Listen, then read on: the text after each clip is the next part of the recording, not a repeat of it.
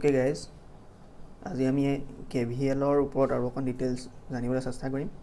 তোমালোকে দেখিছা points to be remembered doing using KVL. So KVL use কৰোঁতে দুটা পইণ্ট সদায় মনত ৰাখিব লাগে। দুটা পইণ্ট সদায় মনত ৰাখিব লাগে। সেই দুটা পইণ্ট হৈছে এক নম্বৰটো হৈছে KVL সদায় গ্ৰাউণ্ড টু গ্ৰাউণ্ড ইউজ হয়। আৰু দুই নম্বৰ KVL সদায় পইণ্ট টু পইণ্ট ইউজ হয়। ঠিক আছে, এতিয়া এই বস্তুটো আমি কেনেকৈ ডিটেইলছত এতিয়াতো ক'লে গ্ৰাউণ্ড টু গ্ৰাউণ্ড মানে কি আৰু পইণ্ট টু পইণ্ট মানে কি মই বুজি পোৱা নাই কিবা কেনেকৈ কোৱা। ঠিক আছে, মই এটা চাৰ্কিট লৈ লওঁ। এইটো চাৰ্কিট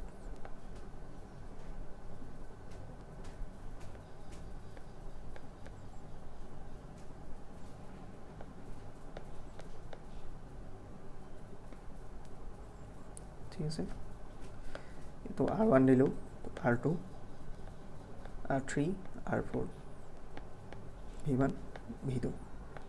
এতিয়া ইয়াত পইণ্ট কেইটা আছে? এইটো এটা পইণ্ট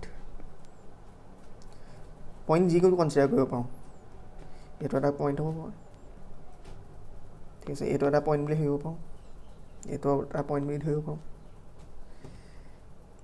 এতিয়া চোৱা, এইটো চাৰ্কিট যেতিয়া এই তলৰ এই গোটেই পাৰ্টটো গ্ৰাউণ্ড হয়, এইটো হৈছে গ্ৰাউণ্ড। এতিয়া কি কৈছে আমাক? KVL সদায় পইণ্ট টু পইণ্ট ইউজ হয়। পইণ্ট টু পইণ্ট কেনেকৈ চাম? এই পইণ্টটোৰ পৰা ষ্টাৰ্টিং কৰি চাৰ্কিটটো এনেকৈ যাব, চাৰ্কিটটো, আৰু এই পইণ্টটোত শেষ হ'ব।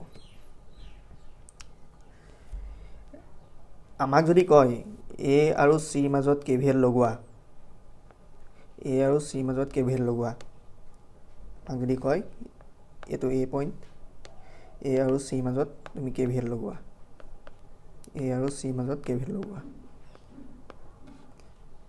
আমি কৰিব পাৰিমনে? নোৱাৰোঁ। KVL সদায় পইণ্টৰ পৰা ষ্টাৰ্ট হৈ আকৌ পইণ্টতে শেষ হ'ব। তেনেকৈ B পৰা ষ্টাৰ্ট হ'লে আকৌ ঘূৰি আহি Bতহে শেষ হ'ব। এইফালে যদি D পৰা ষ্টাৰ্ট কৰোঁ আমি, তেতিয়াহ'লে ঘূৰি আহি Dতহে শেষ হ'ব। ঠিক আছে, এইটো আমি এটা পইণ্ট একদম ন'টিছ কৰি লওঁ। মাষ্ট বি ৰিমেম্বাৰ্ড, এইটো একদম লাগে। ঠিক আছে, এতিয়া নেক্সটটো চাওঁ, গ্ৰাউণ্ড টু গ্ৰাউণ্ড। চ' আমাক এটা প্ৰব্লেম দি থোৱা আছে যেনিবা, আগৰ চাৰ্কিটটোকে চাইছোঁ।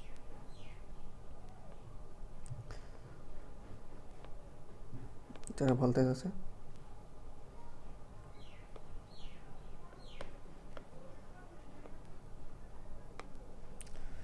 চিম্পল চাৰ্কিট এটা লৈছোঁ। ৰেজিষ্টেঞ্চ এটা আছে, ভল্টেজ এটা আছে, ইহঁতৰ মাজত KVL ষ্টাৰ্ট হ'ব লগাব পাৰিম নে? পাৰিম। কেলৈ পাৰিম? ইয়াত গ্ৰাউণ্ড আছে। এই গ্ৰাউণ্ডটো চোৱা, এই গ্ৰাউণ্ডটো যদি মই আঁতৰাই দুভাগ কৰি দিওঁ কি হ'ব?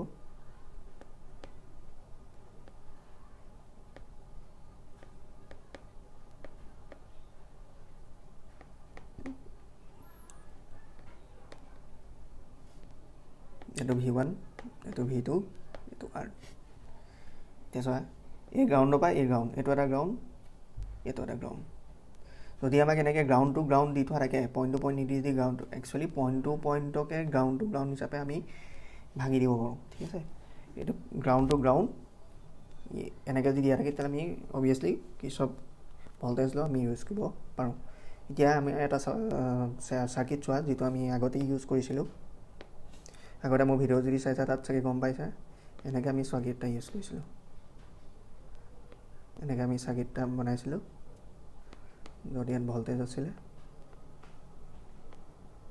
ঠিক আছে, ইয়াত এটা ভল্টেজ আছিলে এনেকৈ, আৰু ইয়াত মই VP1 কৈছিলোঁ, আৰু এইটো 1 ওহম ৰেজিষ্টেঞ্চ আছিলে, আৰু এইটো 5 ভল্ট আছিলে, তেনেকৈ আছিলে। এতিয়া মই ইয়াত কৈছিলোঁ যে এনেকৈ মই ভাঙি দেখাইছিলোঁ চাৰ্কিটটো। তুমি যদি আগৰ ভিডিঅ'টো চোৱা ধুনীয়াকৈ গম পাবা। VP1 ৰেজিষ্টেঞ্চ, ভল্টেজ, এই পাৰ্টটো ভাঙিছিলোঁ, এই পাৰ্টটো তিনিটা পাৰ্ট আছে ইয়াত, এটা এইটো, এটা এইটো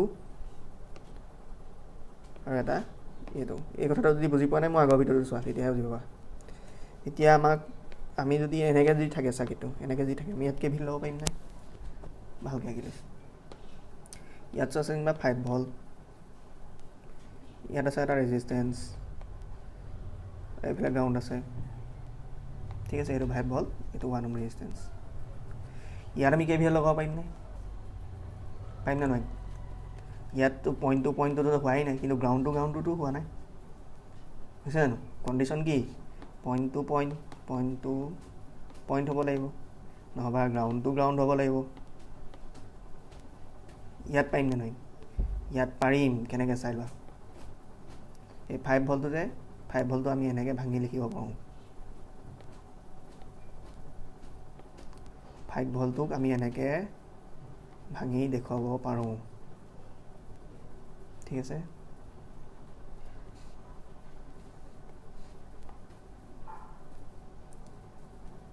ফাইভ ভল্টটোক আমি এনেকৈ ভাঙি দেখাওঁ। এইটো প্লাছ 5 ভল্ট, সেইটো কাৰণে এনেকৈ হ'ব প্লাছ।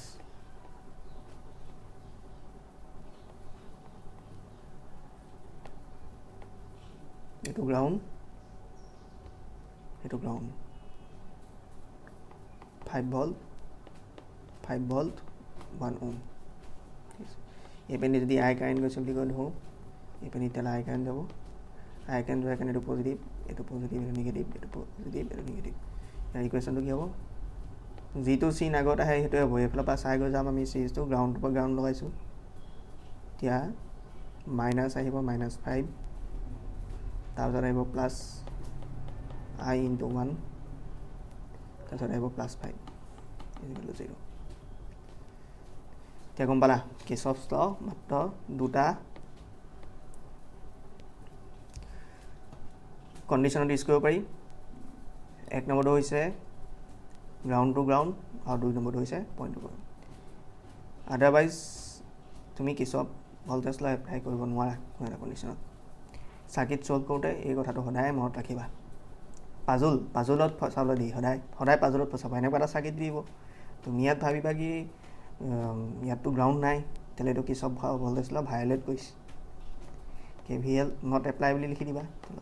কিন্তু এইটো কথা নহয়, ইয়াক এনেকৈ লগাই ল'ব পাৰি, ঠিক আছে। এইটো কেতিয়াবা প্লাছত নাথাকি মাইনাছো দিয়ে, -5। এইবিলাক একচুৱেলি CW কাৰণে ঘপককৈ আহি যায়, ল'ৰাবিলাকে ধৰিব নোৱাৰে, নানানটা এবভ দি দিয়ে, কিৰ্চফ ল নট এপ্লাই বুলি দি দিয়ে, তেনেকুৱা ধৰণৰ। CW নাহে, AIWটো আহি যায় কেতিয়াবা ধুনীয়াকৈ, সেইবিলাকত বহুত প্ৰব্লেম আহি যায়, একদম প্ৰব্লেম ক্ৰিয়েট কৰি দিয়ে।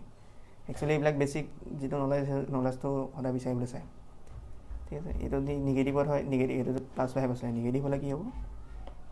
গ্ৰাউণ্ডটো এইফালে থাকিব, কিন্তু এইটো এনেকুৱা হৈ যাব। এইটো গ্ৰাউণ্ড,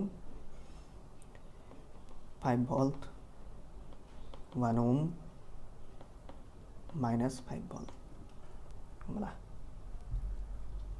ঠিক আছে, আজিলৈ থেংক ইউ, বুজি পালা চাগে। নেক্সট ভিডিঅ' আপলোড কৰিম, চাই থাকিবা।